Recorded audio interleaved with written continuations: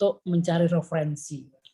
Bagaimana cara untuk menuliskannya dalam bentuk daftar pustaka. Insya Allah kemarin kan sudah saya paksa dalam tanda petik untuk mencari masalah. Coba nanti didengarkan bersama dan insya Allah materinya sudah saya share di Hebat e-learning. Jadi manfaatkanlah dengan baik. Kenapa? Karena beliau adalah praktisi. Jadi 3 materi itu ya cukup padat nanti akan disampaikan oleh beliau. Dan saya yakin tidak cukup dalam waktu 100 menit saudara akan clearly. Terutama bagi pemula yang belum pernah bekerja dengan remote text. Mungkin kalau kemarin sudah pernah mencoba dengan remote text, mungkin akan lebih mudah, silahkan nanti ditanyakan. Tapi yang bagi yang belum, tentu akan membutuhkan kelas-kelas lanjutan. Nah, insya Allah beliau juga sudah menginformasikan bahwa perpustakaan sudah mengajak semua sivitas akademika untuk bersama beliau-beliau di perpustakaan untuk memaksimalkan resources yang sudah ada di perpustakaan yang selama ini jarang tersentuh. Dan semoga dengan hadirnya langsung dari praktisi, saudara nanti bisa mengkoordinir sendiri untuk mengikuti kelas lanjutan sesuai dengan kebutuhan adik-adik sekalian. Ya, karena nanti bisa dibayangkan kalau kemudian betapa garingnya masalah saudara menjadi rumusan masalah ketika kajian pustakanya tidak clear, ya itu nggih. Jadi monggo bisa dimaksimalkan untuk semuanya untuk bisa sini. Oke, monggo waktu saya anukan dulu, saya di halaman pertama saya foto dulu 1, 2.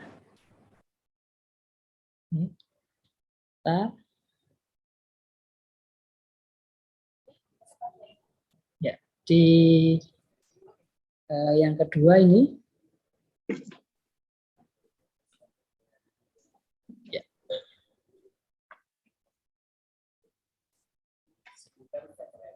Oke. Ya. Monggo waktu saya berikan sepenuhnya pada Bu Ani dan Bu Indah. Monggo, silakan.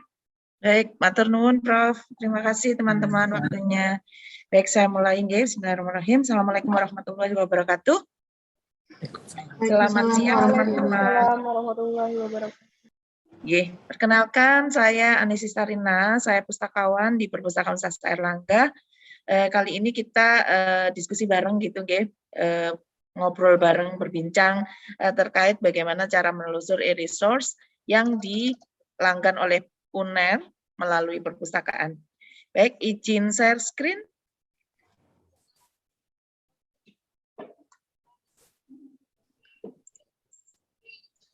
Sudah nampakkah? Sampun. Oke. Nggih, matur nuwun. Baik teman-teman, kita di kelas kali ini dengan teman-teman fisika, nggih Prof nggih. Dengan teman-teman fisika. Teknik biomedik. Oh, teknik biomedik, mohon maaf. Teknik biomedik, nggih. Nah, ini kita nanti akan membahas bagaimana caranya kita untuk mengakses sumber informasi yang dimiliki oleh perpustakaan UNER. Nah, di halaman awal ini sudah ditampilkan gitu ya, 7 pilar information literacy yang biasanya dipakai untuk step by step bagaimana kita melakukan penelitian di pendidikan tinggi. Gitu. Oke, nanti kita ngomongin apa saja di sini. Nanti kita akan membahas tentang bagaimana sih menganalisis trend riset itu dengan kita mengakses citation database atau indexing jurnal yang sudah dilanggan oleh perpustakaan, yaitu ada Scopus, kemudian Web of Science, kalau Google Scholar, Garuda, dan Sinta itu yang free gitu, nggih. Dan ada juga citation database yang dimiliki oleh UNAIR, namanya UNAIR Scholar. Kemudian berikutnya ada strategi penelusuran. Nah, di sini nanti akan lebih dibahas tentang bagaimana cara mengakses, jenis e-resource-nya, variasi provider, dan metode pencariannya. Kesemuanya ini adalah bertujuan untuk mempermudah atau memberikan temuan yang maksimal dari ide-ide atau kata kunci yang sudah dimiliki oleh teman-teman semua. Kemudian nanti setelah step kedua, kemudian teman-teman melakukan penulisan gitu nggih. membuat karya ilmiah baru. Kemudian step ketiga, melakukan submit ke jurnal. Nah, karena kita tahu kewajiban teman-teman sebelum lulus itu harus publish ke jurnal gitu nggih. Nah, ini nanti akan kita berikan sedikit gambaran bagaimana cara mensubmit sebuah jurnal sebuah artikel ke jurnal yang bereputasi. Oke. Di sini di slide ini telah ditampilkan gitu ya. Ini ada link yang memuat tentang e-resource kami dan sudah kami petakan sesuai dengan karakteristiknya. Ada indexing database, kemudian ada database e-book, e-resources-nya, kemudian research performance, datasheet, dan lain sebagainya. Yang other resources ini adalah sumber informasi yang teman-teman bisa akses selain yang dimiliki oleh perpustakaan UNED. Jadi misalnya nih lagi mencari sesuatu yang kok kayaknya nggak ada, saya pengen memperluas lagi di yang lain. Kalau misalnya teman-teman akses di perpustakaan nasional bisa jadi akan ketemu karena memang saling melengkapi. Oke, nah ini adalah karakteristik e-resource. Kenapa kita perlu menyampaikan? Karena karakteristik e-resource itu berbeda-beda dan juga berbeda juga cara pencariannya gitu. Kalau yang pertama ada citation database atau indexing jurnal. Di database ini dia akan memberikan profil jurnalnya, kemudian profil artikel, penulis, institusi, dan juga bisa digunakan sebagai bantuan untuk menganalisis trend research. Apa saja sih yang termasuk ke dalam citation database? Yang pertama ada Scopus gitu ya, ada Web of Science, ini ada indexing yang bereputasi, dua-duanya ini. Kemudian yang lain ini juga indexing jurnal, tetapi yang free. Kalau yang Sinta sudah pernah dengar ya teman-teman ya. Nah, kemudian kalau misalnya mencari full text di citation database ini sebenarnya kurang tepat gitu. Kenapa? Karena citation database ini tidak memberikan layanan atau tidak menampilkan artikel itu secara full text di situ, tetapi dia memberikan rujukan untuk masuk ke dalam websitenya langsung. Karena ada beberapa tuh ketika kami berdiskusi gitu menyebutkan, loh kemarin saya masuk ke Scopus, tapi saya dapat full text-nya, katanya nggak bisa. Loh memang bisa, tetapi bukan si Scopus-nya yang memberikan memberikan layanan full text-nya, tetapi si Scopus akan memberikan rujukan untuk masuk ke dalam website resminya langsung gitu. Web of Science juga seperti itu. Kemudian karakteristik kedua, ada e-journal dan e-book. Nah, kalau ini saya yakin teman-teman sudah paham ya, apa itu e-journal, apa itu e-books. Masih ada yang belum paham? Nggak mungkin ya, teman-teman sekarang udah canggih-canggih gitu. Nah, yang termasuk ke dalam e-journal dan e-book yang ada di perpustakaan itu ada EBSCO, ProQuest, Springer, Science Direct, Sage, Nature, Emerald, dan ACS. Kemudian yang ketiga ada yang namanya dataset. Nah, dataset ini adalah data big data yang disediakan oleh provider tertentu untuk dapat yang sudah diolah gitu untuk dapat disajikan kembali dan bisa diambil sebagai bahan acuan penelitian gitu. Yang di sini kita punya ada Sage Research Method, yaitu dataset yang menampilkan tentang informasi bagaimana metodologi penelitian itu. Nah, ini kayaknya teman-teman mata kuliahnya MedPen ya, jadi nanti sering-seringnya mengulik ke sini, ke Sage Research Method itu, karena di sana sudah sangat lengkap menjelaskan tentang bagaimana sebuah penelitian itu, mulai dari filosofinya, kemudian karakteristiknya, dan semua yang berhubungan dengan penelitian dan metodologinya. Kemudian berikutnya ada Osiris, mohon maaf ini agak mencolot kayaknya nih Mbak Indah ya. Jadi yang berikutnya ada Osiris, ini adalah data set yang biasa digunakan atau sesuai dengan kebutuhan teman-teman dari Fakultas Ekonomi yang sering dipakai sebagai bahan penelitian teman-teman akuntansi terutama. Jadi Osiris ini isinya adalah database perusahaan-perusahaan yang ada di dunia yang bisa diambil untuk diteliti gitu. Misalnya yang terbuka-terbuka itu ya, misalnya kayak Garam, Elkom, nah itu bisa diakses. Tidak hanya untuk dalam negeri, tapi luar negeri juga ada. Kemudian berikutnya ada hukum online. Hukum online ini sesuai namanya adalah dataset yang biasa digunakan oleh teman-teman Fakultas Hukum. Jadi teman-teman Fakultas Hukum itu kalau mencari data lebih banyak ke sini karena di situ ada peraturan-peraturan, kemudian kasus-kasus, kalau misalnya ada kasus ini penyelesaiannya seperti apa. Nah, itu banyak dibahas di database ini. Kemudian berikutnya ada OECD Library. OECD Library ini berisi data-data yang bisa digunakan sebagai pendukung ketika menulis di bab 1 gitu. Jadi misalnya kalau untuk teman-teman kesehatan misalnya ya, teman-teman kesehatan itu ngambil data tentang kependudukan atau teman-teman dari teknik biomedik data tentang orang yang sakit misalnya ada hubungannya dengan itu. Nah, itu bisa ngambil dari sini, misalnya di negara mana. Nah, itu bisa dipilah sesuai negaranya, kemudian sesuai dengan subjeknya, subjek negara, kemudian tahun berapa. Nah, itu bisa di-searching. Nah, itu bisa membantu untuk melengkapi data-data ketika teman-teman akan menulis sebuah pendahuluan di sebuah penelitian. Kemudian berikutnya ada federated sort. Apa federated sort itu? Federated sort itu adalah mesin pencarian satu pintu yang digunakan untuk mempermudah teman-teman melakukan penelusuran. Misalnya nih perpustakaan UNER itu kan sudah punya ini ya, database e-resource yang banyak.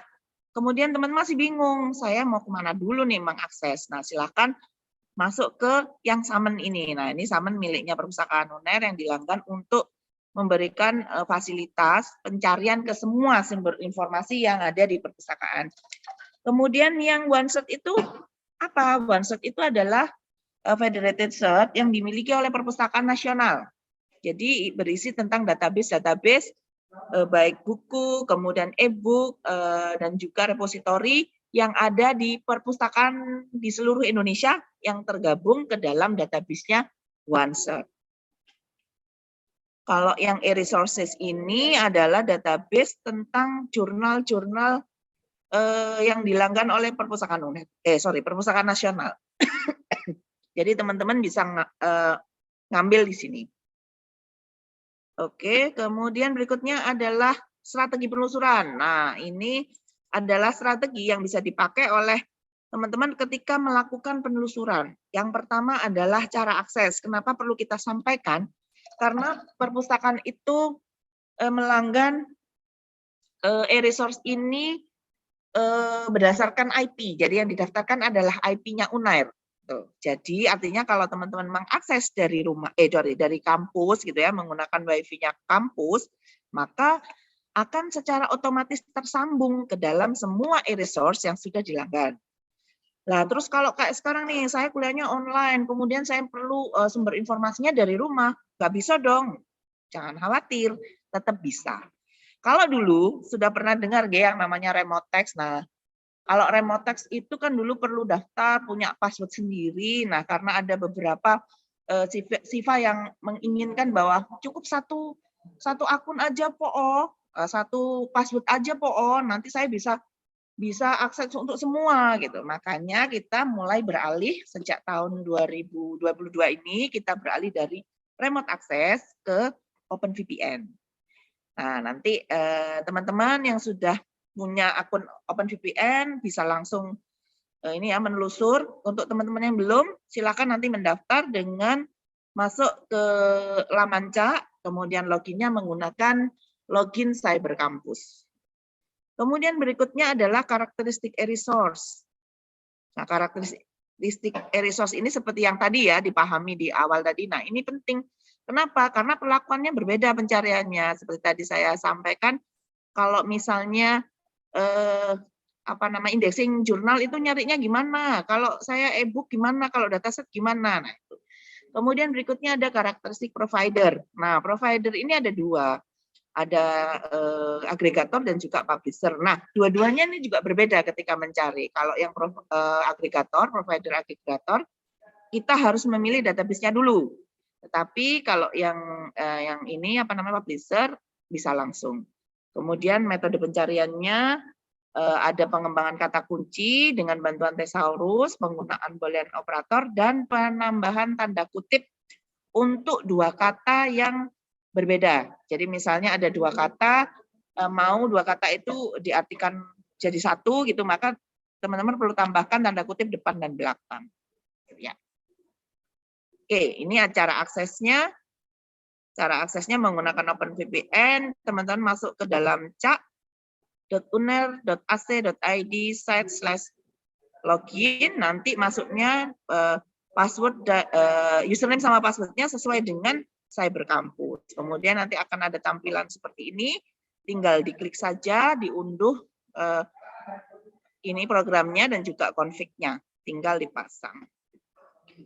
Oke, ini adalah konten e-resource yang sudah dipetakan oleh perpustakaan sesuai dengan fakultasnya masing-masing gitu, teman-teman tinggal melihat kira-kira kalau teman-teman ini dari FST gitu ya, indexing jurnalnya apa yang bisa saya ambil gitu. Oh ternyata bisa dari Scopus atau WOS. Kemudian e-jurnalnya apa saja, Finder, Nature, ACS, kemudian Science Direct, Scopus, Springer, ProQuest, dan SIDS.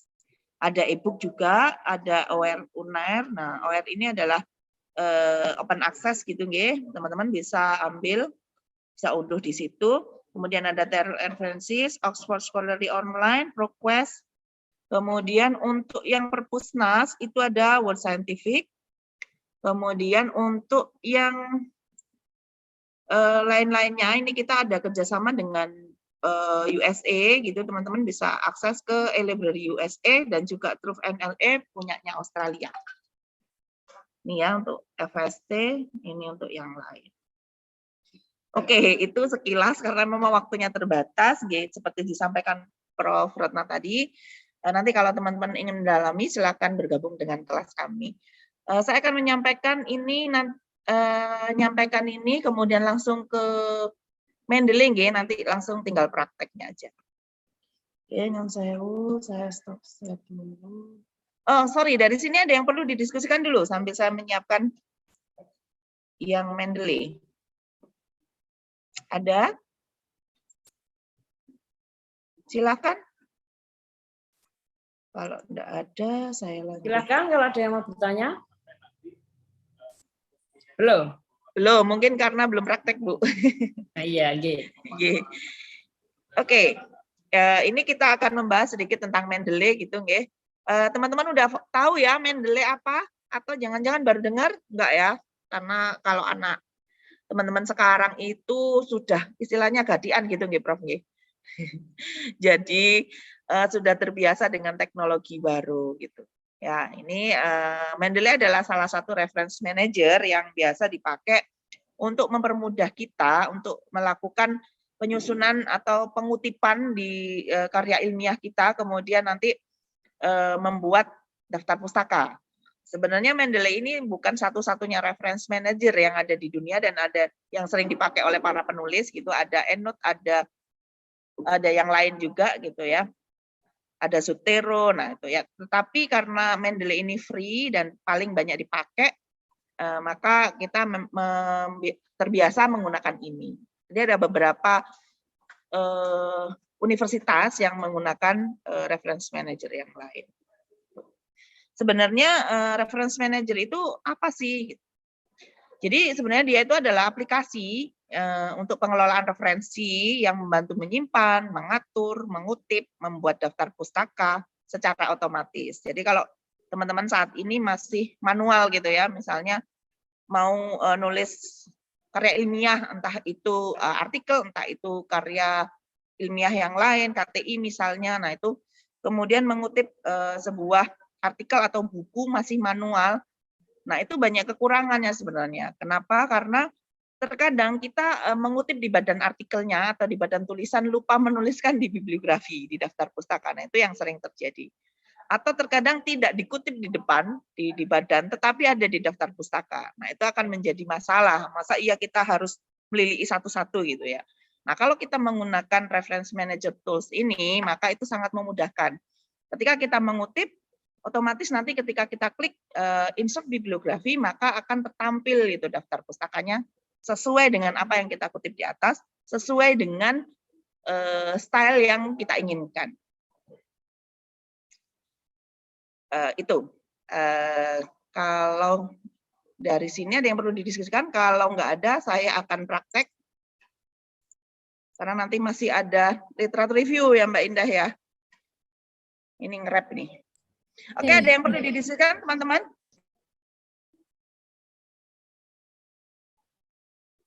Clear ya? Oke ya, siap, keren pokoknya. Oke, saya akan mencoba untuk praktek penelusuran. Mbak Ani, nun sewu, Mbak Ani, assalamualaikum. Waalaikumsalam, J. Ye, Mbak Ani, kadang-kadang begini Mbak, kita anak-anak itu kan menggunakan komputer yang MacBook seperti itu. Apakah ada perbedaan? Halo?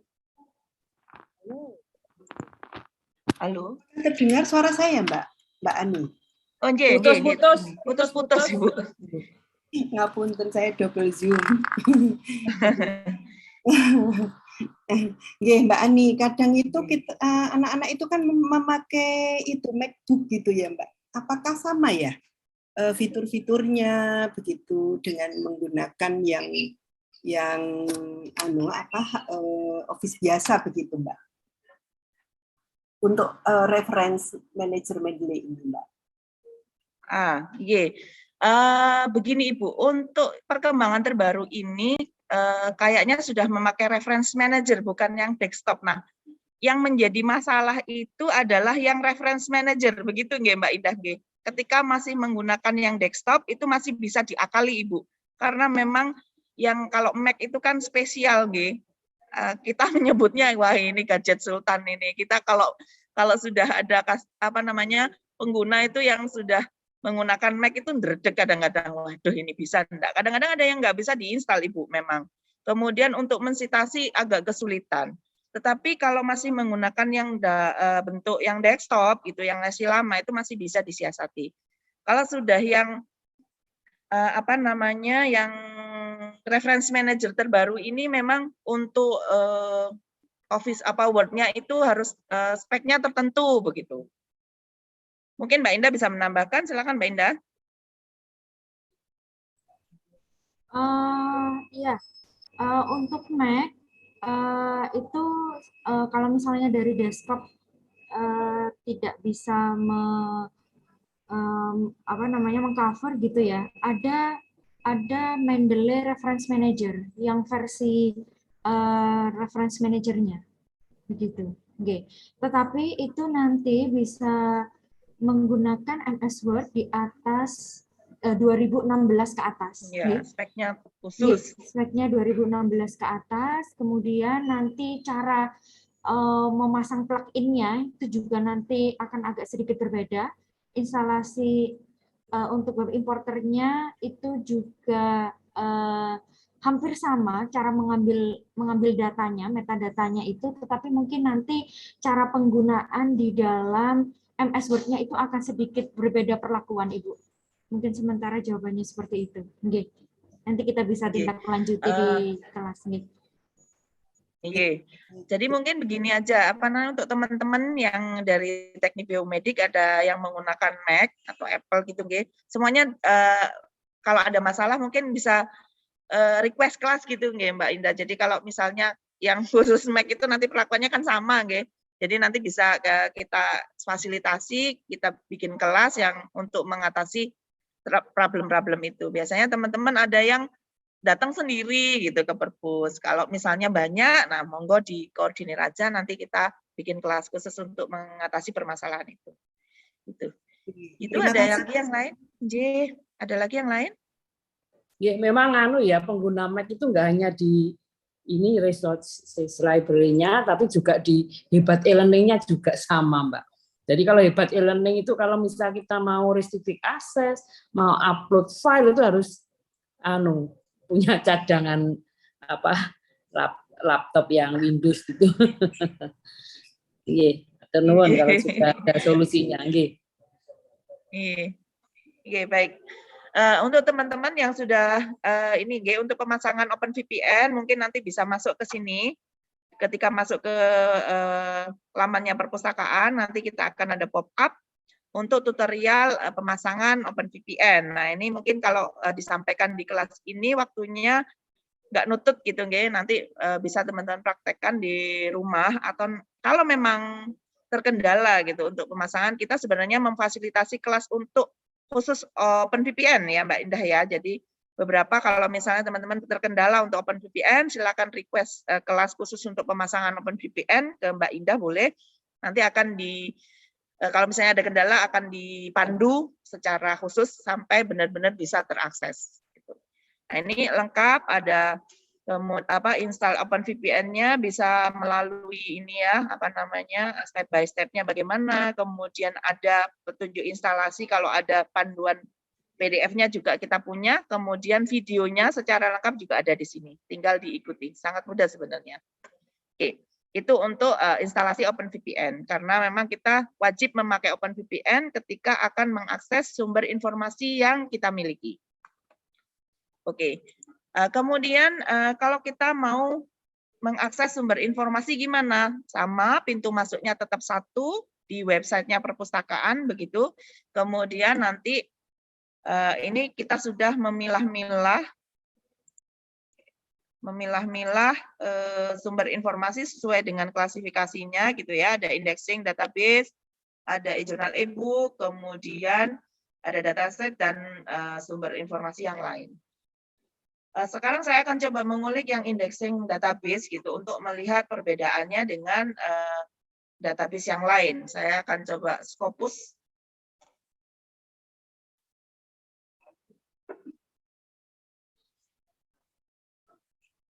Oke, untuk memastikan kalau misalnya teman-teman benar-benar tersambung dengan ini ya, IP-nya Unair gitu, maka di sini akan ada informasi brought to by Airlangga University. Harus dipastikan itu. Kalau misalnya tidak ada identitas Universitas Airlangga, maka teman-teman belum tersambung. Bisa jadi instalasi OpenVPN-nya belum berhasil atau OpenVPN-nya belum di-on-kan gitu ya. Jadi memang harus benar-benar on agar bisa tersambung. Kemudian saya akan coba mencari ini, saya sudah menyiapkan kata kunci biar lebih cepat. Atau mungkin ada teman-teman yang mau menyetorkan kata kunci yang sekarang lagi penelitian misalnya nih, siapa? Monggo silakan. Ini saya coba masukkan kata kunci biomedical technology karena di sini ini ya akan saya coba untuk membedakan kalau misalnya saya tidak menambahkan tanda petik di depan dan di belakang, apakah yang keluar? Bagaimanakah seberapa banyak yang keluar? Nah, kalau saya tidak menambahkan tanda petik di depan dan di belakang, artinya adalah dia akan mencari atau menelusur semua informasi yang ada di sini, yang ada mengandung kata biomedical dan mengandung kata teknologi. Makanya dia menambahkan boolean operator N di sini. Ya, ketemu 70.000 sekian. Tetapi saya akan coba kembali ke depan. Saya akan coba tambahkan tanda kutip depan dan belakang, apakah ada perbedaan.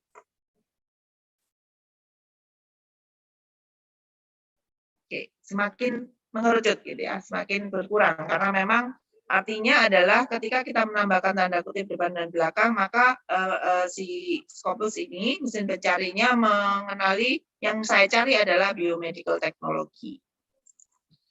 Oke, setelah tampil ini, maka dia juga menyediakan filter di sini. Di panel kiri ini ada filter yang teman-teman bisa pakai untuk semakin mengkhususkan kembali gitu ya. Apa-apa yang diinginkan oleh teman-teman. Misalnya saya hanya ingin 5 tahun terakhir. Silakan difilter 5 tahun terakhir, kemudian mau yang subjek areanya, oh saya mau ini aja. Karena enak biar enggak kemana-mana. Kemudian mau tipenya seperti apa? Oh, saya mau artikel saja, karena saya nanti ke situ arahnya. Kemudian boleh silakan bahasa Inggrisnya saya hanya mau yang Inggris saja biar lebih enak. Kalau sudah semuanya di limit, silakan diklik yang limit itu, maka dia akan semakin mengerucut menjadi 192 dari 22.000 tadi. Nah, ini akan semakin memudahkan kita untuk memetakan, oh ya pas ini punya saya. Kemudian cara membacanya gimana kalau di indexing jurnal itu?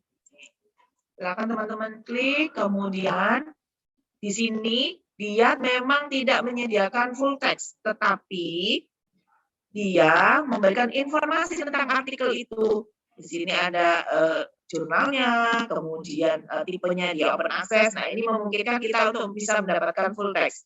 Kemudian tahun terbitnya, bla bla bla. Ini ada judul, penulis. Nah, enaknya di sini kita bisa berkorespondensi dengan penulisnya karena dia menyediakan ini. Nah, misalnya kita klik, maka kita akan dialihkan ke sini, tinggal diikuti aja.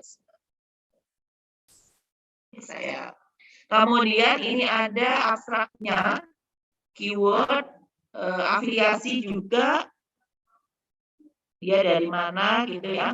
Kemudian yang paling enak adalah ada referensi yang bisa kita lihat. Oh, ternyata tulisan ini itu diilhami oleh beberapa tulisan yang ada di bawahnya yang dikutip ini. Nah, bisa jadi ketika kita menulis dengan subjek yang sama atau mirip-mirip gitu ya, bisa jadi referensinya ini bisa kita pakai untuk tulisan kita. Jadi lebih enak gitu. Oh, ternyata oh ya ini cocok dengan saya. Oke, saya ambil. Bisa seperti itu. Kemudian bagaimana caranya? Misalnya kalau saya ini kan informasinya kan open access. Bagaimana caranya saya bisa mendapatkan full text-nya? Kalau melalui sini, gitu ya. Ketika di depan tadi kan ada informasi ya, open access. Kemudian teman-teman tinggal klik yang view at publisher ini, maka kita akan dilarikan ke publisher-nya langsung.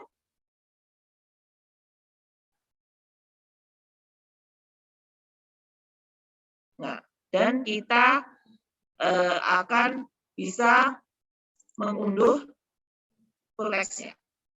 Jadi kita dilarikan ke Science Direct.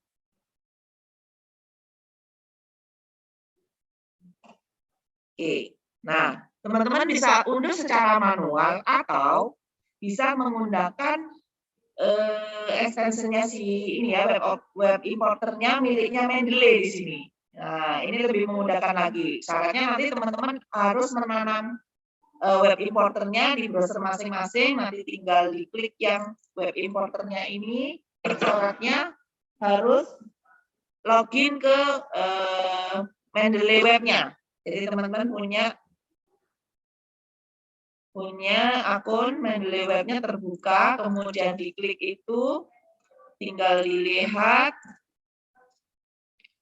Oh ya, ini ternyata tinggal saya masukkan, dipilih kalau memang kita punya folder ya. Oh, ini saya masukkan kemana folder saya. Oh, ini di belajar. Oke, saya add. Nanti akan ada informasi di sini bahwa memang sudah masuk ke dalam Mendeley. Jadi tidak perlu download manual, kita tinggal masukkan ke Mendeley kita melalui web importer. Ya, ini PDF-nya juga sekalian sudah masuk, nanti kita bisa baca, kita bisa highlight, kita bisa kasih catatan di situ. Nah, ini sekalian metadata referensinya sudah masuk. Gitu. Tidak hanya itu, di sini juga ada beberapa tulisan biasanya yang mirip-mirip gitu, nanti akan disaja sama dia, oh ini loh, apakah kamu juga mau masukkan ke dalam Mendeley-mu, biasanya seperti itu. Oke. Kemudian itu untuk pencarian artikel yang ini ya, yang open access dari indexing. Dari sini ada yang perlu didiskusikan, teman-teman.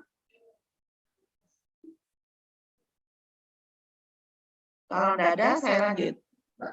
Bu Ani, berarti untuk yang pemakaian remote text sudah tidak ada lagi, nggih?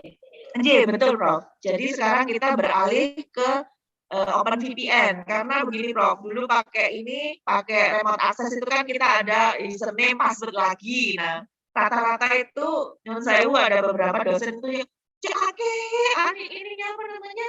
Password saya masuk aula password lagi, saya berkampus password lagi, ke remote text password lagi. Nah, itu. Jadi kita sedikit menginginkan untuk aksesnya hanya melalui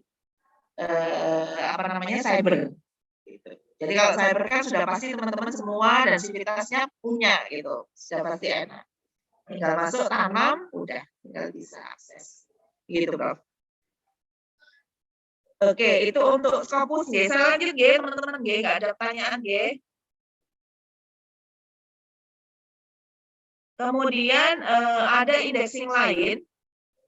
Indexing lain yang kita langgan namanya adalah Clarified Web of Science.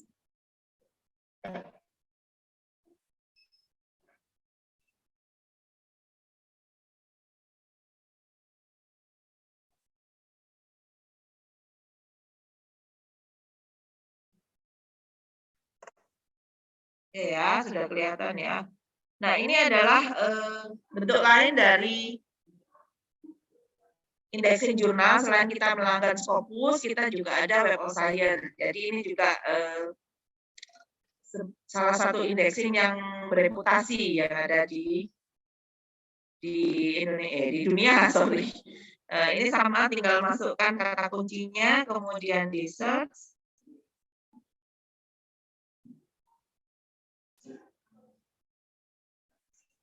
Ini ya. Nah, ini ketemu 3101 dengan saya menambahkan tanda petik di depan dan belakang. Nah, di sini ada limitasi juga, teman-teman bisa menggunakan limitasi itu sesuai dengan keinginan. Ya, ada misalnya ini pembatasan tahunnya 5 tahun terakhir, pelakuannya sebenarnya sama, semua database itu bisa dilimitasi. Kemudian ini ada artikel misalnya kategori yang yang ada di Web of Science itu misalnya mau yang engineering biomedical, kemudian author, oke nggak usah afiliasi, ini ada publisher, nah ini bisa dipilih mau publisher apa saja yang diinginkan, kemudian nanti statusnya ada all open access, good, dan bla bla bla. Ini tujuannya adalah untuk mungkin kalau kita melihat mana-mana sih jurnal yang open access yang nanti saya bisa masuk, mana-mana jurnal yang gold atau hybrid atau yang lain. Nah, itu biasanya tujuannya untuk mempelajari sejauh mana kita nanti bisa memasukkan artikel kita ke situ. Kemudian bahasa bisa dipilih.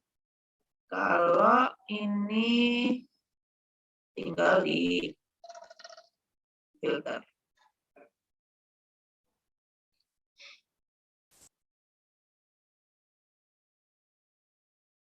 Nah, maka akan semakin mengerucut lagi menjadi 35. Oke. Ini sama, tinggal diklik saja kalau teman-teman menginginkan secara spesifik apa sih sebenarnya yang ada di situ. Nah, ini ada jurnalnya, kemudian doi-nya, publisher, keyword. Nah, ini informasinya jauh lebih jelas, jadi nanti disertasi berapa, kemudian dia itu dari mana penulisnya, seperti itu. Kemudian tadi sepertinya tidak terlupa ya, untuk Scopus kita bisa untuk melakukan analisis, tapi saya lanjutkan dulu nih, mohon maaf. Saya coba untuk menganalisis, kalau sini untuk menganalisis hasil temuan, misalnya nih, saya akan back biar lebih banyak dan kelihatan. Okay. Analisisnya ada di samping search bar-nya. Ini ada analisis result. Kita klik, maka dia akan memetakan gitu ya. Ada yang masuk ke dalam biochemistry, molekular biologi, sekian banyak. Nanti kalau memang menginginkan ini, tinggal di view record. Oke, ini bisa dibaca. Pilih lagi. Nah, kalau menginginkan full text-nya, bisa klik view add publisher. Sama seperti yang di Scopus tadi.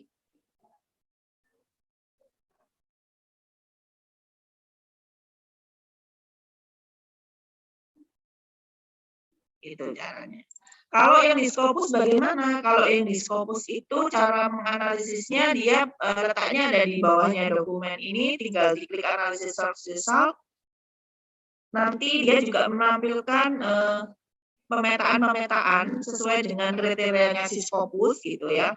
Ya teman-teman bisa analisis. Di sini ada dokumen by afiliasi, kemudian by subject area, by author, misalnya ini area, subject area. Nah, ini kita bisa lihat. Oh, ternyata dari saya memasukkan kata kunci tadi sudah saya limitasi dengan ini semua ada ininya, ada recordnya. Itu ini kita bisa melihat, oh ternyata ada hubungannya dengan imunologi, ada hubungannya dengan material science. Kira-kira kalau saya tertarik dengan ini ada chemical engineering, apa sih yang dibahas yang hubungannya dengan ini? Nah, ini bisa dilihat dan dibaca, kemudian dianalisis. Nah, ini beberapa memang open access, teman-teman bisa akses full text-nya di sini. Itu untuk indexing jurnal. Oke. Saya akan coba ke resources yang lain. Jadi ini saya akan ngambil yang perbedaannya antara yang agregator dan publisher.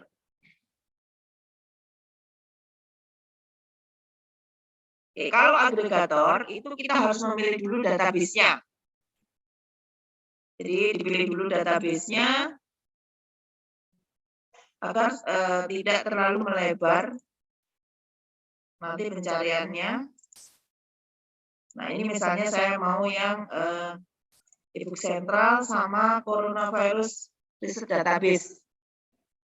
Tinggal dipilih.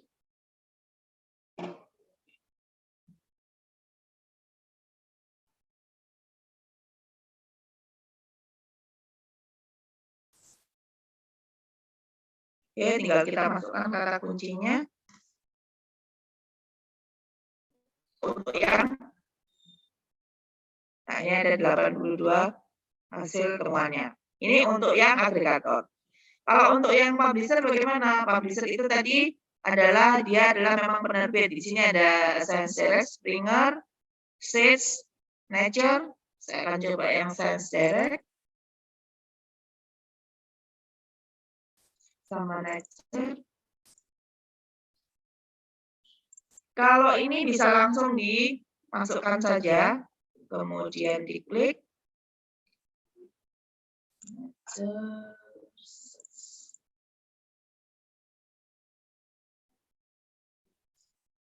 Ini kita bisa filter di sini. Mau yang Nature Bioteknologi misalnya, kemudian di sini ada tipenya mau research, subjeknya mau biochemistry misalnya nih ya. Saya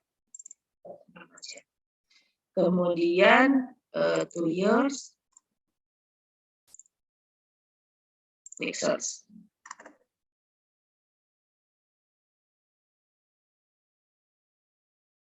Oh. Oke, udah filter, ternyata ini terlalu nah, ini kalau yang di Science Direct karena dia memang all science gitu ya, semua subjek dia punya. Jadi banyak memang. Jadi makanya dia lebih dikatakan sebagai database sejuta umat atau jurnal sejuta umat karena semua subjek bisa didapatkan di sini. Karena untuk membatasi sekian banyak temuan, teman-teman bisa melakukan limitasi. Jadi perlakuannya sebenarnya sama, semua database itu harus dilimitasi untuk mempermudah atau mengerucutkan hasil temuan kita, hasil temuan ini ya. Kemudian akses type-nya pilih yang open access dan open archive, ini ada 38 untuk memastikan bahwa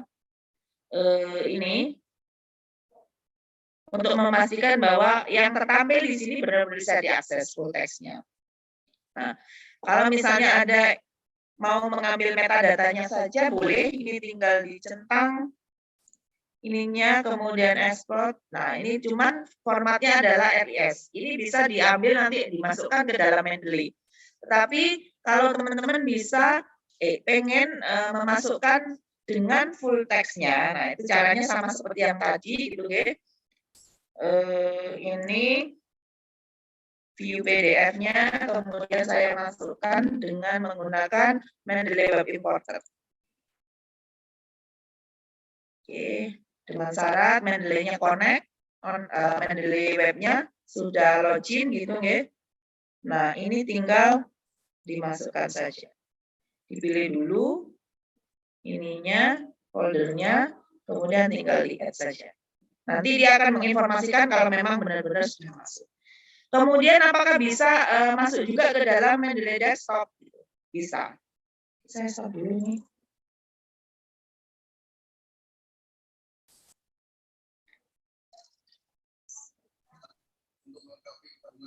Ayo monggo.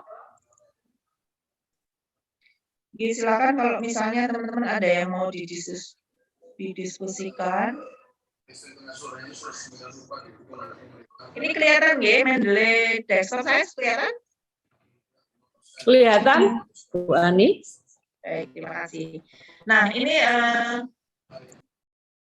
ini saya agak grogi Bu karena waktunya berkejaran. Nah, ini nanti kalau misalnya saya mau mensinkronisasi dengan apa yang sudah saya masukkan tadi ya dari web dengan menggunakan Mendeley Web Importer, ini saya harus sinkronisasi di sini. Nah, untuk teman-teman bisa mendapatkan desktop ini, teman-teman harus masuk ke sini, login dulu, bikin akun bisa dengan menggunakan email yang berafiliasi UNER, itu untuk mengenali bahwa teman-teman semua adalah berinstitusi di UNER gitu. Jadi untuk kolaborasi lebih gampang daripada menggunakan email yang biasa. Ya, kalau sebenarnya bisa email biasa saja, tapi untuk berkolaborasi atau menemukan orang lain itu akan lebih mudah jika ada afiliasi institusi. Caranya sangat mudah, saya rasa nggak perlu saya praktekkan di sini karena teman-teman ini kalau untuk mendaftar saja sudah gantian gitu ya. Anak-anak muda sekarang sudah melek teknologi, berbeda dengan saya dan teman-teman saya gitu, mungkin harus benar-benar ini. Nah, nanti kalau sudah punya, tinggal di-download. Jadi download ininya, apa namanya, Reference Manager atau Web Importer atau Citation plugin-nya di sini.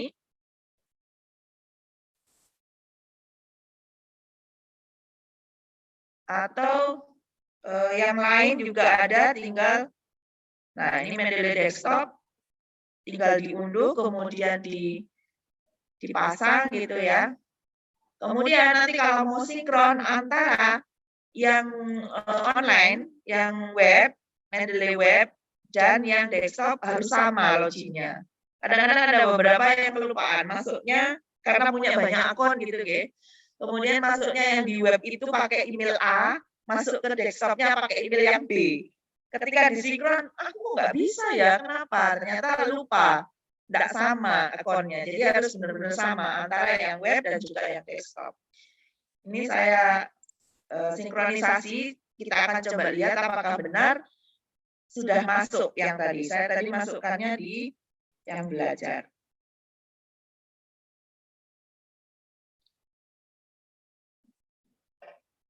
Ini ya tadi ya, ini yang 2022.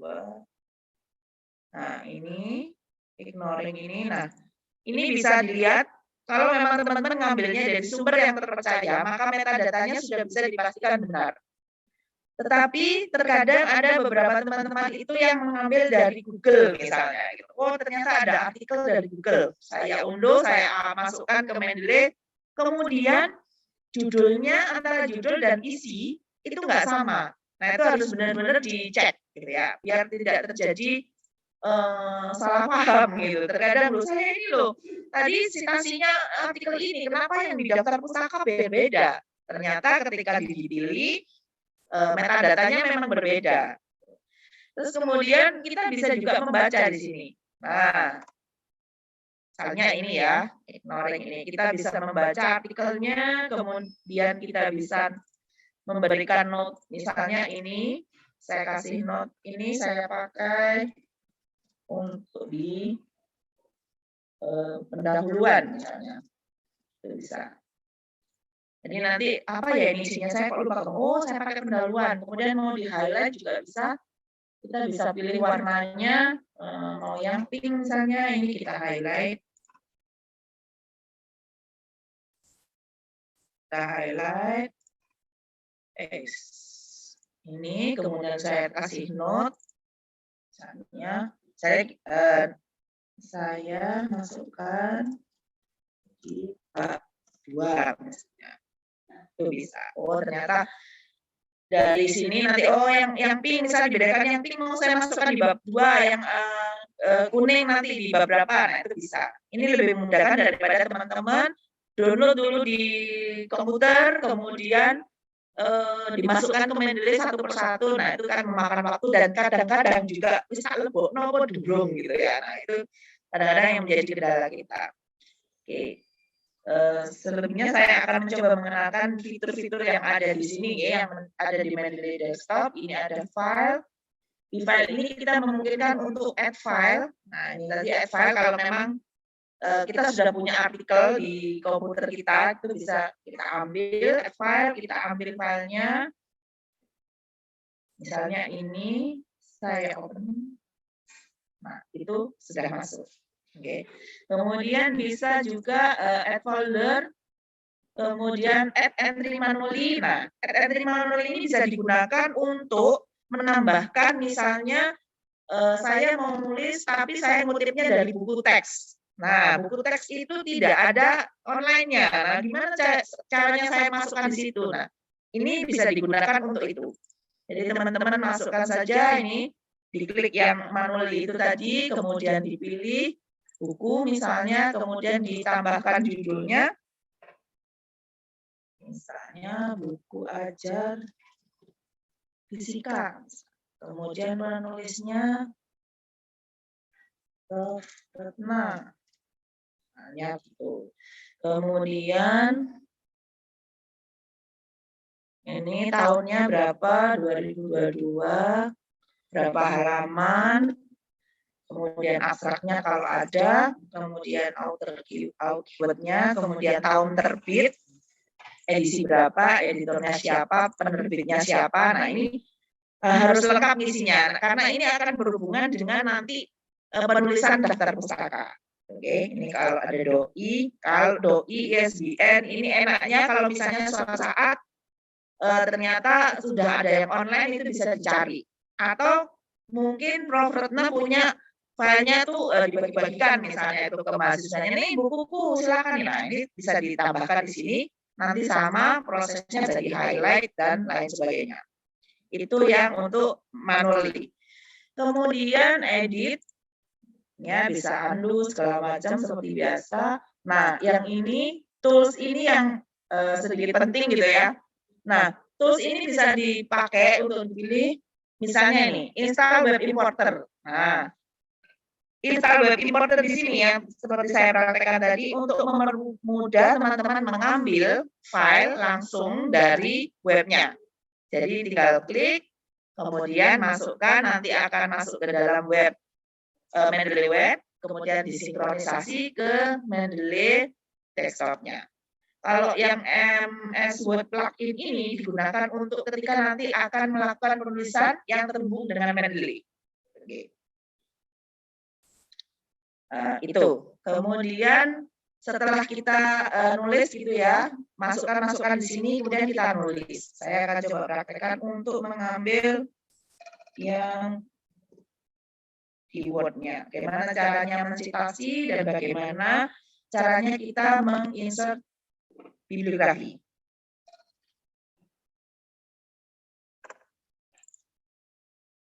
Oke, ini seolah-olah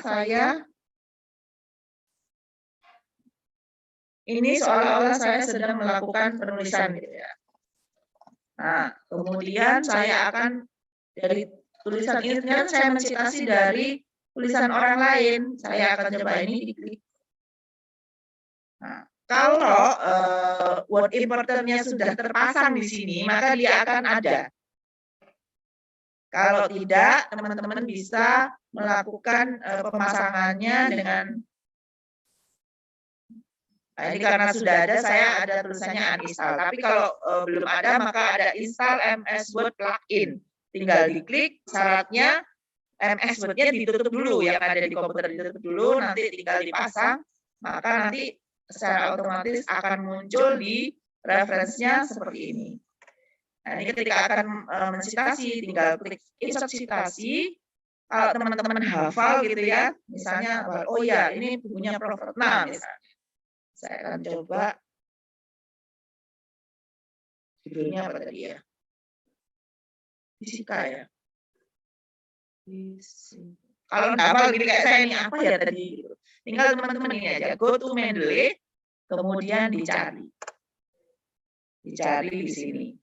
Atau misalnya mau di mana, diletakkan di sini misalnya. Atau mau diletakkan di, oh ternyata di sini. Ini yang saya inginkan, saya klik ini yang diinginkan, kemudian saya klik site. Oke, ini sudah keluar. Kemudian nulis lagi. Saya ternyata mau ini mensitasi lagi yang ada di sini. Saya klik site. Maka akan nampak. Ini ada penulis 3. Kemudian caranya gimana untuk menampilkan daftar pustakanya? Ini epok-epoknya sudah selesai gitu ya. Untuk menampilkan daftar pustakanya, teman-teman tinggal klik yang di atas ini, insert bibliografi.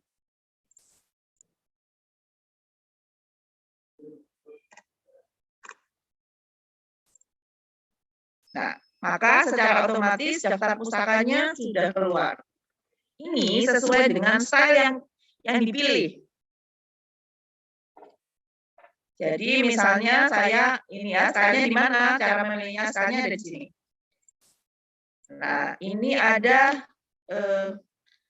APA, kemudian ada IEEE. Saya coba ganti ya untuk ini, maka dia akan otomatis berganti. Jadi nggak perlu ngedit satu-satu. Lebih enak, lebih gampang. Cuma nanti kalau di akhir tinggal teman-teman rapikan saja yang ininya, rata kanan, rata kiri kanan biasanya. Kemudian misalnya teman-teman masukkan ke jurnal A gitu ya, kemudian nggak cocok ternyata di reject sama mereka, kemudian akan dimasukkan ke jurnal B. Gaya selingkuhnya berbeda. Mereka meminta style ini daftar pustakanya bukan IEEE misalnya. Dia mintanya APA. Oh, yang 11 edisi ke-11, tinggal diganti saja. Nah, dia akan berubah. Kemudian ganti lagi misalnya gitu ya. Mau yang 7, edisi ke-7. Dia akan berubah lagi. Seperti itu. Kalau misalnya ternyata masih ada yang perlu di benerin, karena beberapa penerbit itu yang saya mau American Psychology Association edisi ke-7, tetapi saya maunya itu nggak ditulis JKK, penulisnya tampil semua. Padahal kalau yang ini misalnya nggak bisa gitu. Gimana caranya? Nah, ini bisa diklik yang more style, nanti bisa diedit. Edit. Nah, ini misalnya yang mana diketik. Nah, itu kalau untuk pengeditan lebih lanjut, ini ada di kelas Eva, nanti teman-teman bisa gabung request kelas di situ ya. Seperti itu. Dari sini mungkin ada yang perlu didiskusikan.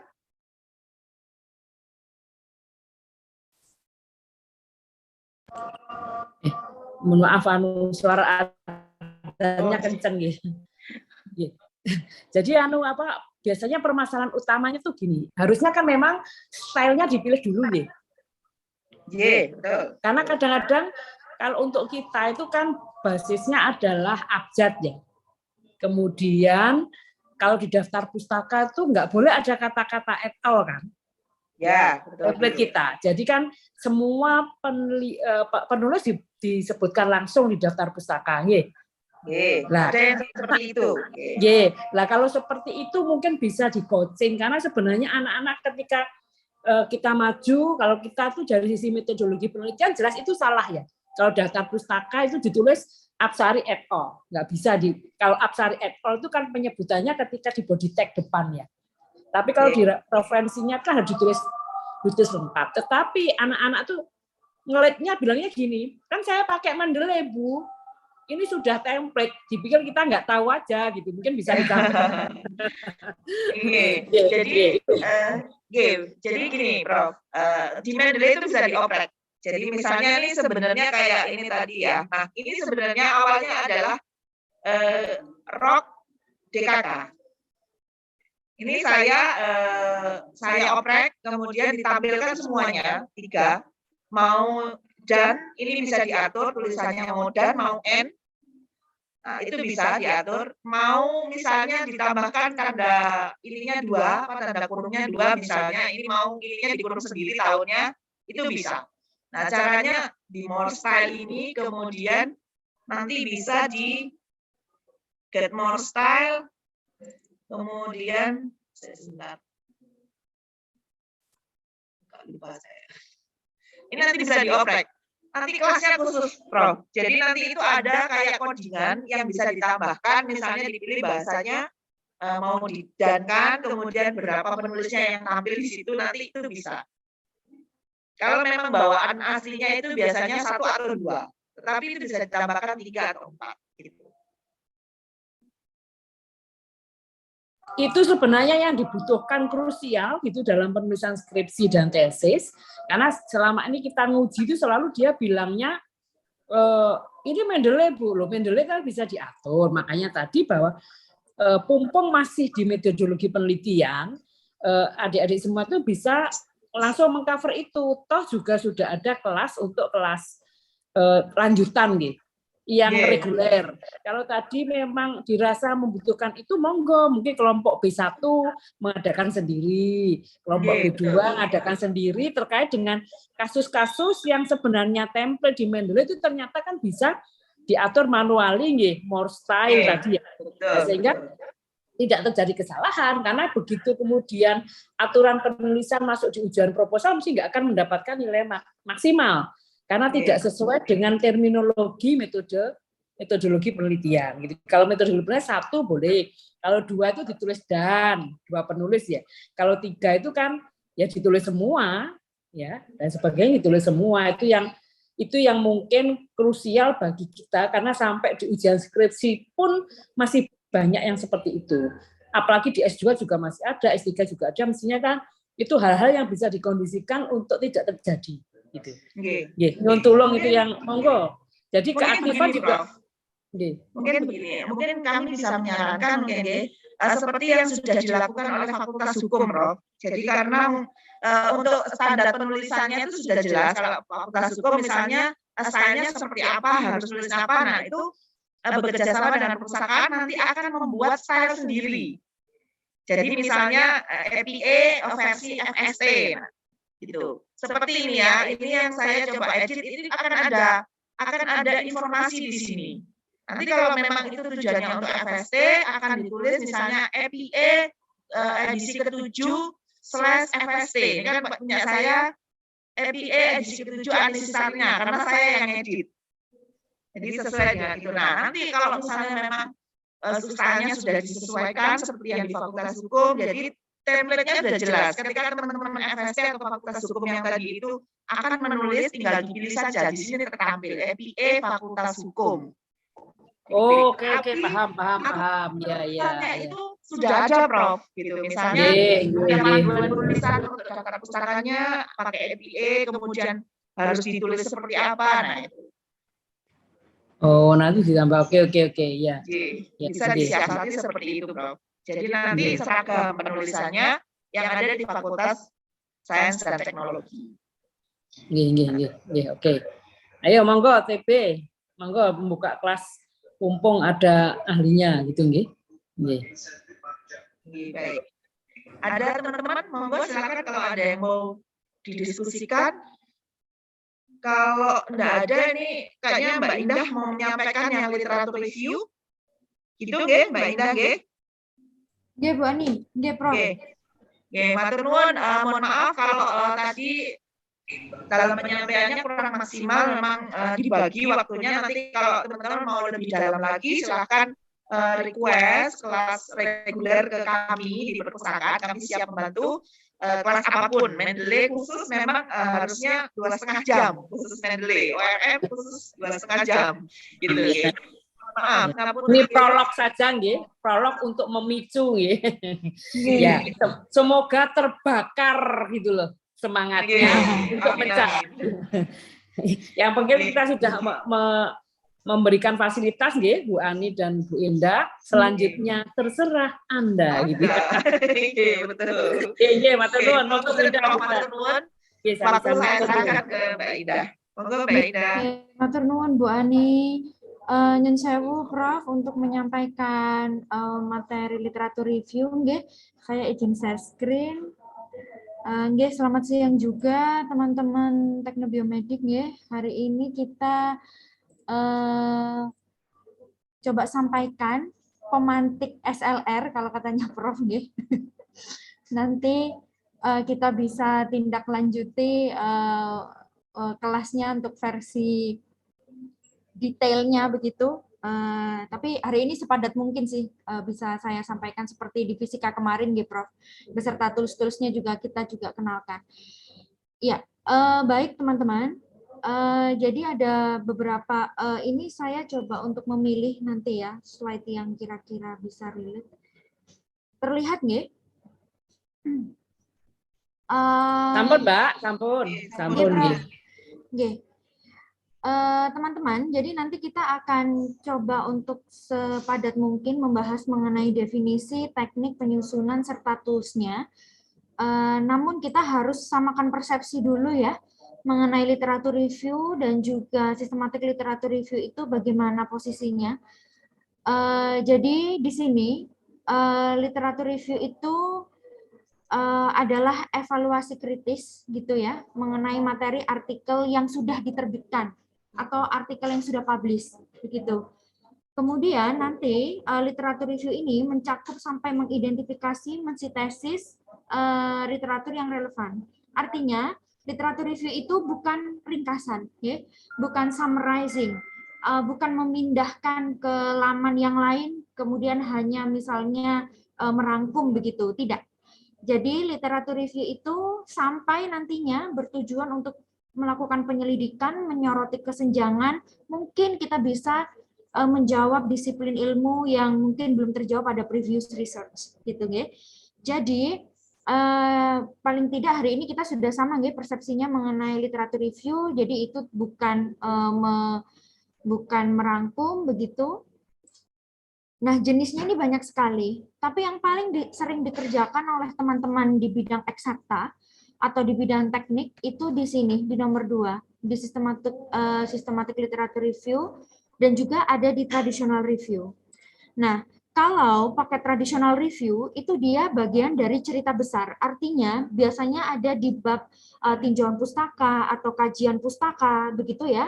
Jadi mungkin alangkah baiknya, nanti mungkin di traditional review, itu nanti kita akan bisa tahu gitu ya untuk state of the art-nya kita itu di mana.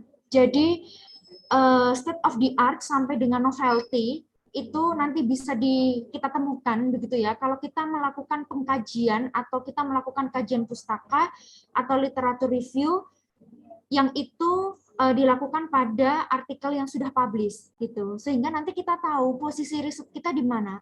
Dari sekian banyak topik yang membahas tentang biomedical teknologi ini misalnya ya. Nah, itu yang relate dengan apa yang kita cari, yang mungkin bisa kita isi gitu ya, yang mungkin bisa misalnya puzzle itu yang bisa kita isi yang bagian mananya. Kita bisa masuk di mana. Nah, itu kita bisa lakukan salah satunya dengan traditional review dan juga systematic literature review. Nah, kemudian dari situ kita nanti bisa sampaikan selain kerangka teori dan kerangka konsep, posisi riset kita di sini, begitu ya. Kemudian juga kita jadi tahu kita bisa menggali apa yang belum mungkin diteliti oleh penelitian-penelitian sebelumnya, gitu. Kemudian kalau SLR itu adalah dia bisa menjadi cerita besar sendiri, dia bisa jadi as a method gitu, dia juga bisa jadi bagian dari dia bisa berdiri sendiri. Kalau traditional review dia masih bagian dari cerita besar. Tapi kalau SLR dia bisa berdiri sendiri. Artinya misalnya kalau kita mensubmit jurnal, dan itu memungkinkan untuk melakukan SLR, itu juga bisa dilakukan. Dan ini lebih rigid lagi teman-teman gitu. Kalau di SLR, kalau di traditional review itu masih cenderung nanti kita mungkin ada bias gitu ya, ada kecenderungan tertentu kita di situ. Dan itu tidak sistematik. Tapi kalau SLR nanti akan ada research question yang harus kita bangun. Kemudian ada tahapan-tahapan atau protokol guiding gitu ya, Prisma protokol itu untuk kita bisa melakukan SLR dengan tepat gitu. Nah, misalnya di sini tekniknya adalah sampai pada tahap sintesis. Nah, ini tahap yang terakhir ini yang kita bisa menemukan ujung keilmuannya gitu ya, keunggulan serta kelemahannya itu di-explain di sini. Prosesnya itu ada 3 tahapan penting yang harus teman-teman lakukan kalau melakukan sistematik gitu. Research question itu bagian awal dan dasarnya, dan dia digunakan untuk menuntun kita dalam pencarian dan ekstraksi literatur. Kemudian hasil dari SLR nanti adalah research question yang sudah kita tentukan di depan. Nah, research question yang baik, nah ini ada kata-kata bermanfaat, terukur, terarah terhadap state of the art riset dari topik penelitian. Jadi kita nanti jabarkan ya, kemampuan kita dalam menjabarkan previous research itu adalah state of the art itu sendiri. Jadi kita bisa menjabarkan mana yang posisi riset kita di mana, kemudian kita bisa menjabarkan bagaimana kita bisa memulai penelitian ini, begitu ya, dari previous research yang sudah dilakukan. Nah, ini ada bisa yang menyebut PICO, ada yang PICOS. Konteksnya bisa diganti studi design jadi PICOS atau pakai PICO. Nah, ini population-nya apa, targetnya, ya, intervensinya, atau isu yang menariknya, komparatorsnya itu ada tidak intervention yang mau dibandingkan, gitu. Outcomes-nya, efek dari intervention itu, dan konteksnya, setting, atau studi desainnya apa saja. Nah, alternatif 1, alternatif 2 itu subjektivitas kita sebagai peneliti, secara subjektif gitu ya. Jadi lebih memudahkan saya saja ketika saya memilih population itu saya breakdown jadi 1 sampai 3, kemudian yang berwarna orange itulah yang saya pilih gitu ya. Kalau ini kita menggunakan bidang ilmu lain gitu. Nah, kira-kira nanti kurang lebih seperti ini. Ini juga bisa teman-teman terapkan gitu sebagai first step untuk merumuskan research question gitu. Nah, kemudian dari hasil ini nanti muncul ada research question. Research question inilah yang akan kita implementasikan pada saat kita pencarian literatur seperti yang dijelaskan Bu Ani tadi.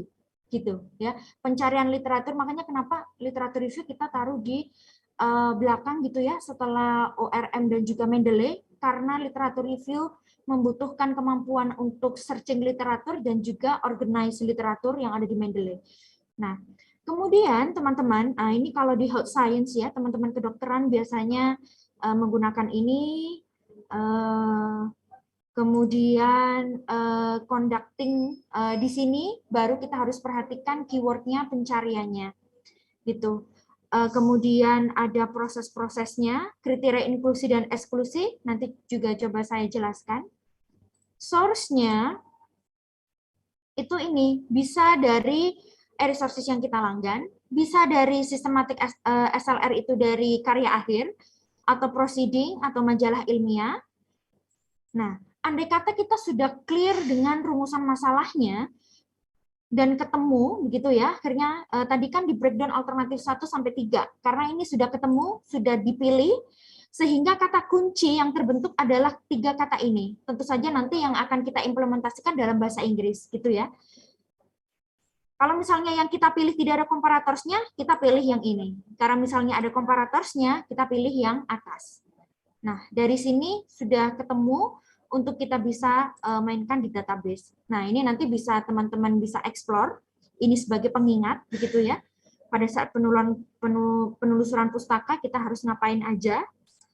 Kemudian, nah ini, teman-teman bisa memakai thesaurus, gitu ya, atau memakai istilahnya kumpulan kata mengenai di bidang teknobiomedik misalnya. Ada kata-kata lain, kalau misalnya di kedokteran kan ada medical subject heading ya.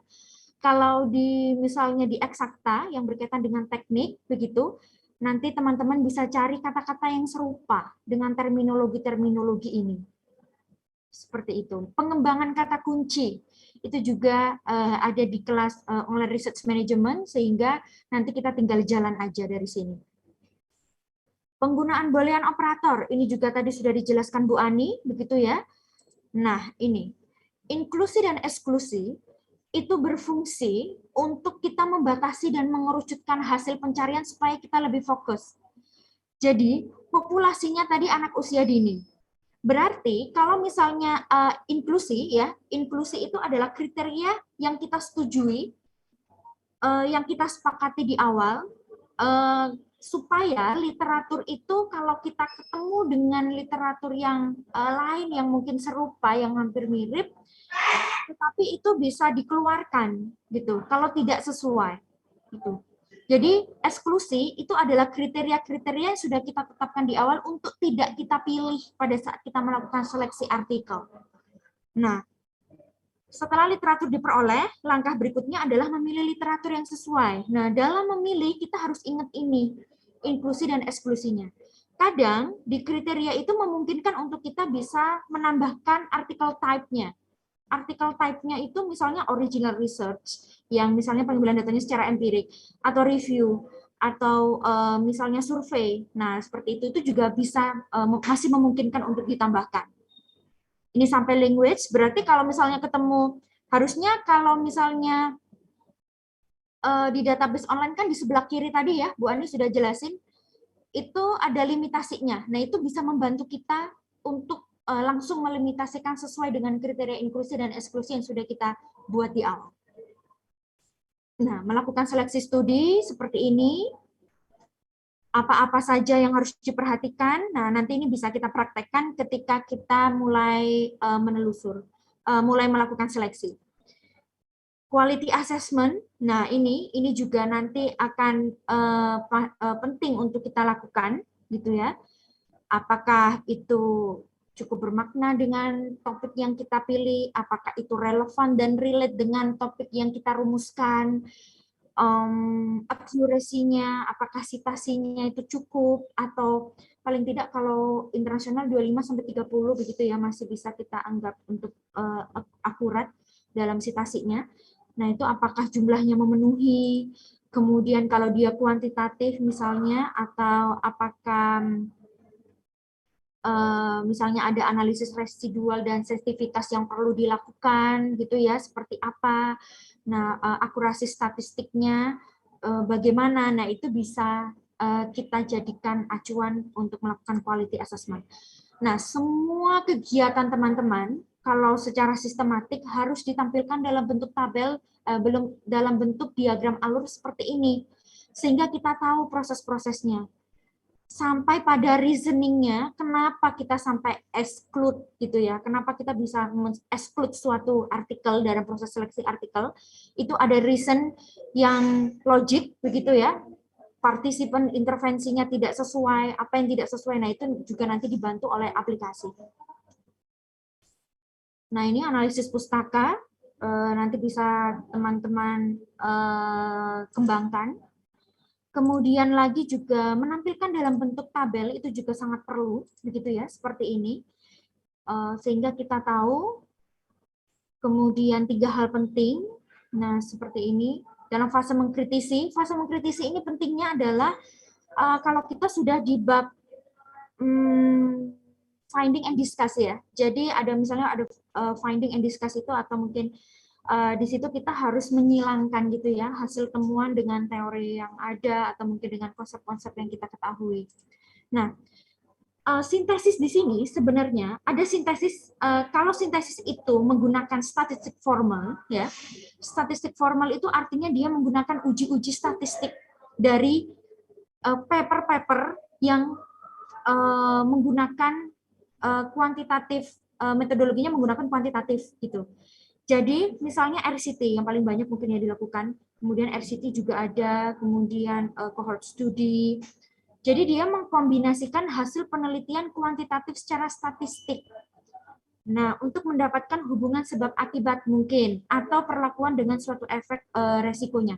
Nah, di sini meta analisis itu berarti sedari awal kriteria inklusinya harus memilih yang original research ya, original research. Kemudian kita lihat dia menggunakan kuantitatif apa gitu. Dia menggunakan paradigma kuantitatif di situ. Nah, itu baru kita bisa nanti lakukan meta analisis seperti itu. Meta sintesis untuk teman-teman yang kualitatif, karena saya yakin nanti mungkin teman-teman di teknik ya, di teknik biomedik ada teknik biomedis ini ada lebih banyak mungkin ke kuantitatif misalnya, bisa menggunakan meta analisis atau tidak dengan keduanya gitu.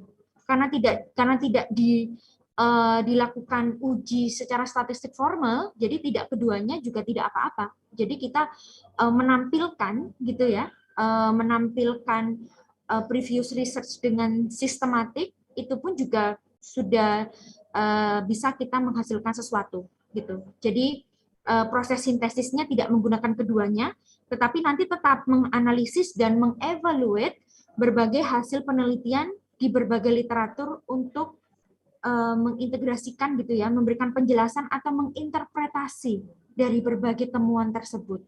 Seperti itu. Bisa keduanya, bisa menggunakan salah satu dari ini atau tidak keduanya.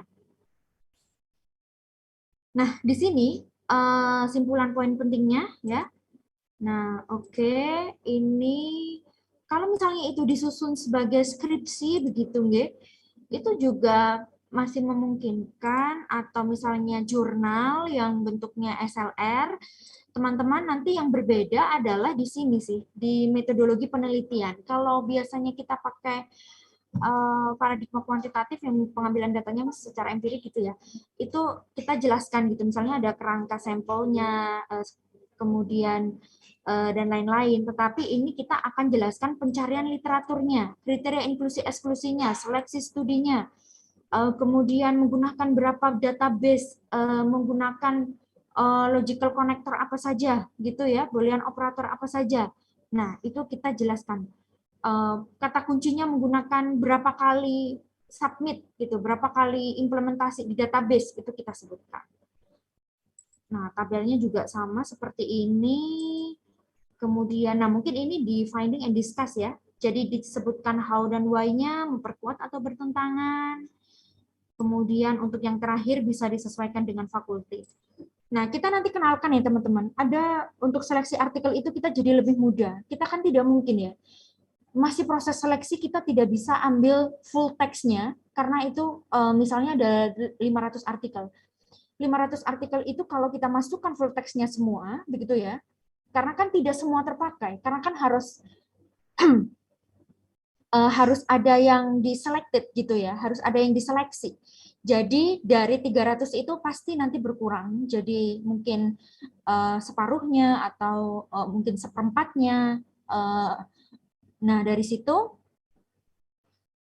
kita hanya mengambil metadatanya saja, begitu ya, metadatanya saja itu.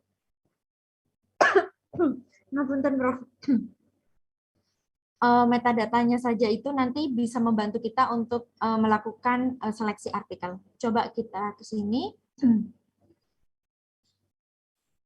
Nah, teman-teman nanti coba menggunakan atau sign in dengan email universitas, begitu.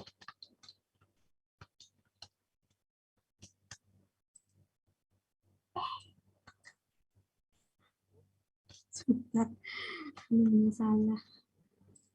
Ini.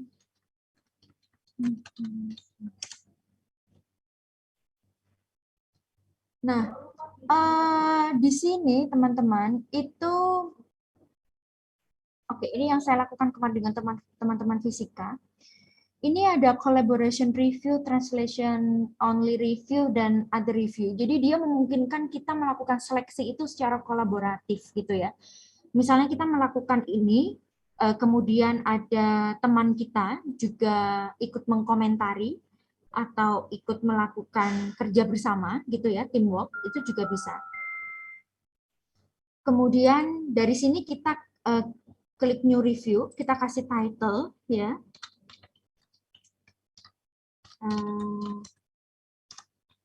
Kemudian research filenya itu kita ada di misalnya other, kita bisa pakai ini. Kemudian review type tentu saja sistematik ya. Review domainnya biomedical, misalnya dia langsung bisa baca ya. Kemudian create. Nah, di sini teman-teman, ini bisa berfungsi ketika teman-teman sudah sukses melakukan pencarian literatur. Misalnya saya menggunakan kata kunci ini, nggih Prof, nyun sewu, liquid metal dengan biomaterials. Oke, misalnya di sini ada 683 gitu ya. Kita bisa ambil halaman pertama atau 100 pertama gitu ya. Nah, 100 pertama ini setelah kita lakukan limitasi tentunya, kita harus lakukan limitasi ya sesuai dengan kriteria inklusi dan eksklusi yang sudah kita buat gitu. Nah, di sini research article for example, kemudian application-nya, subject areanya misalnya di material science atau biomedical science. Kalau misalnya tidak disebutkan secara jelas, teman-teman bisa mengambil subjek yang mendekati begitu, okay? Kemudian kita bisa download 82 artikel dalam kurun waktu 5 tahun ke belakang misalnya. Kemudian jangan lupa diekspor ke RIS. Hal yang sama sebenarnya juga bisa kita lakukan. Nah, penggunaan kata kunci ini bisa saja berbeda. Kalau misalnya ketemunya adalah misalnya ini, rumusan masalahnya tadi ya, misalnya ketemunya 3 kata kunci ini, itu juga bisa kita mainkan juga. Oke, ini saya menggunakan kata kunci yang sama, gitu ya. Nah, ini juga bisa select all, kemudian, oh ya, ini harus dilimitasi dulu. Nah, jangan lupa, ini ada material science and engineering, kemudian research article, begitu ya. Dalam kurun waktu ini hanya berapa? Misalnya ketemunya, oke. Nah, kita klik di situ tadi, kita download citation, formatnya harus RIS, kemudian download citation. Nah, ini secara teknikal dulu, teman-teman, gitu ya. Ini tadi di search sudah. Kita misalnya menggunakan 3 database misalnya. Nanti bisa ditambah. Gitu nggih, kita pakai 2 dulu. Sebagai contoh, kita select file, kemudian kita pilih yang ini, yang tadi sudah. Ini sangat membantu sekali kalau teman-teman misalnya banyak kegiatan, melakukan review kan misalnya harus teliti begitu ya. Kadang membutuhkan waktu begitu. Nah, dengan ini Ryan bisa ditinggal-tinggal. Dan dia tidak akan berubah gitu filenya. Misalnya. Nah, kita tunggu. Nah, oke. Topiknya sudah keluar semua ya. Nah, yang pertama yang harus kita lakukan tadi apa? Kalau kita kembali ke sini tadi. Ya, kita harus checking duplicate artikel ya. Nah, detect duplicate, kemudian oke. Nah, di sini kita tunggu, misalnya ya, ada 86 aja dalam waktu 5 tahun yang membahas tentang kata kunci yang kita mainkan tadi, begitu ya, yang kita. Nah, di sini starting duplicate detection, kalau misalnya ada, nah begitu ya, kalau misalnya ada di sini nanti akan ada tanda copy, begitu. Atau ini juga bisa ditambah. Kita menunggu sambil saya jelaskan. Undecided artinya 86 artikel belum kita lakukan review, belum kita lakukan seleksi. Maybe include ini menginformasikan yang kita include berapa, yang kita exclude berapa. Akhirnya kita punya reasoning yang logik. Kenapa kita keluarkan, gitu ya. Kemudian ini juga bisa ditambah berdasarkan PICO kita. Misalnya kita tambah begitu keywordnya. Yang include tadi apa saja. Nah, itu bisa kita tambahkan di sini. Gitu ya. Misalnya injectable teknologi, misalnya di sini apakah ada kata kunci itu. Nah, kalau misalnya di situ tidak ada ya, null duplicate found begitu. Jadi ini bisa kita tambahkan misalnya yang sesuai dengan Pico gitu. Nah, dari sini kita bisa tambahkan lagi misalnya ya. Nah, di sini kita tambahkan yang sesuai dengan include yang kriteria inklusi tadi begitu, sehingga kita lebih memudahkan. Baik, di sini teman-teman, dari sini kita bisa coba langsung melakukan seleksi, misalnya ya. Ada yang include dari sini atau berdasarkan dari search methodnya. Seperti itu. Karena ini hanya 82, begitu ya. Nah, ini bisa kita nyalakan yang warna orange, yang seperti ini, bisa. Sehingga nanti kita bisa klik di sini. Nah, kita bisa klik based on search method dari data risk-nya. Abstraknya sesuai tidak, outcome-nya sesuai tidak, begitu ya. Dia membahas, discuss mengenai topik yang kita ingin teliti tidak di akhir, begitu. Kemudian ada kata kunci yang bisa kita tambahkan, bisa kita teliti di sini apakah ada, misalnya. Nah, kemudian authors-nya, jurnalnya, kemudian publication type-nya, itu apakah sesuai. Kalau misalnya sesuai, bisa kita include. Begitu. Kita buka lagi slide-nya. Dalam pencarian literatur itu apa-apa saja yang harus kita lakukan. Begitu ya, kita screening. Kita screening dulu. Kemudian kita kasih reasoning. Background title-nya, karena ini oke, misalnya ya, background title-nya sesuai atau tidak sesuai, begitu. Nah, ini bisa kita tambahkan. Kemudian kalau misalnya dari sini kita bisa exclude karena tidak sesuai, misalnya. Kemudian kita bisa tambahkan note kenapa kita sampai mengexcludekan itu, sehingga ada alasan yang jelas ketika kita menjelaskan di sini kenapa di-excludekan, begitu ya. Ada penjelasan yang logik. Kemudian di sini ini juga misalnya sesuai, begitu ya. Ini juga sesuai, misalnya ini saya random. Nah, yang harus teman-teman lakukan mulai dari judul. Di depan ini, abstrak ini adalah sari dari sebuah riset gitu ya, penelitian. Jadi dia bukan kesimpulan, dia juga bukan rangkuman, tetapi abstraksinya gitu ya. Jadi dari penelitian itu, sehingga harusnya kita bisa membaca apakah itu sesuai dengan topik kita atau tidak, begitu. Kemudian kita lihat dan kita sesuai, begitu kan? Nah, kita ini sesuai. Nah, kalau misalnya sudah, begitu ya teman-teman, nanti akan terlihat di sini. Include-nya sudah berapa, exclude-nya sudah berapa, undecided-nya tinggal berapa. Kita lanjutkan besok, tidak masalah. Kemudian kita ekspor, jika sudah, kita pastikan yang include harusnya. Begitu. Nah, jadi bisa pencariannya dari include, dari exclude, itu juga akan keluar. Nah, kemudian kita ekspor, misalnya, ini cara cepatnya, begitu nggih? Pastikan yang filtered 5, karena yang saya beri orange ini yang saya hidupkan yang include 5, gitu nggih. Ekspor, kemudian kita menuju ke kotak masuk, di mana kita mendaftarkan Ryan kita. Nah, nanti bentukannya adalah zip, begitu ya, yang nanti bisa kita, nah ini, Mendeley berperan di sini. Nah, Mendeley berperan di sini, kemudian nanti bentukannya seperti ini, teman-teman. Kalau sudah zip-nya diekstrak ya. Nah, seperti ini. Nah, artikel RIS nanti yang akan diambil. Gitu. Nah, sekarang kita ke Mendeley.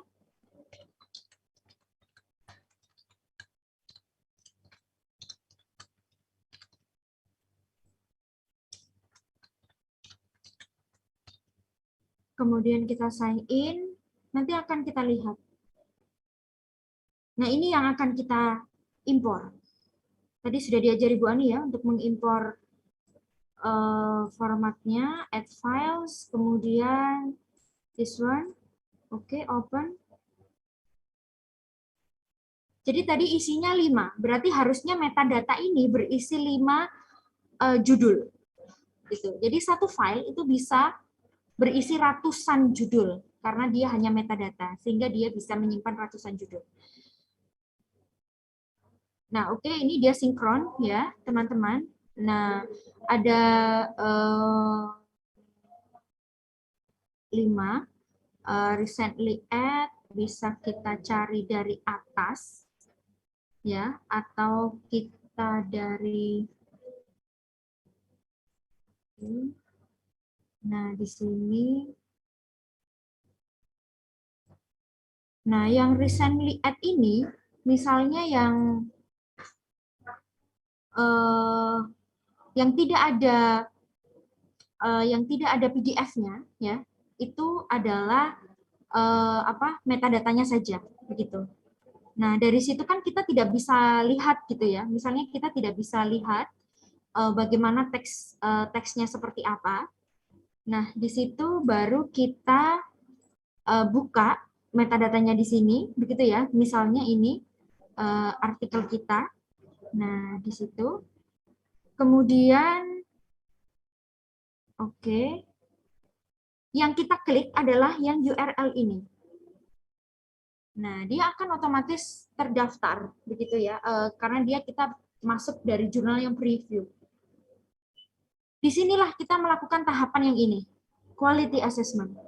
2 ini, ya, penilaian kualitas studinya. Jangan lupa. Nah, ini nanti judulnya, apakah sudah sesuai dengan kita?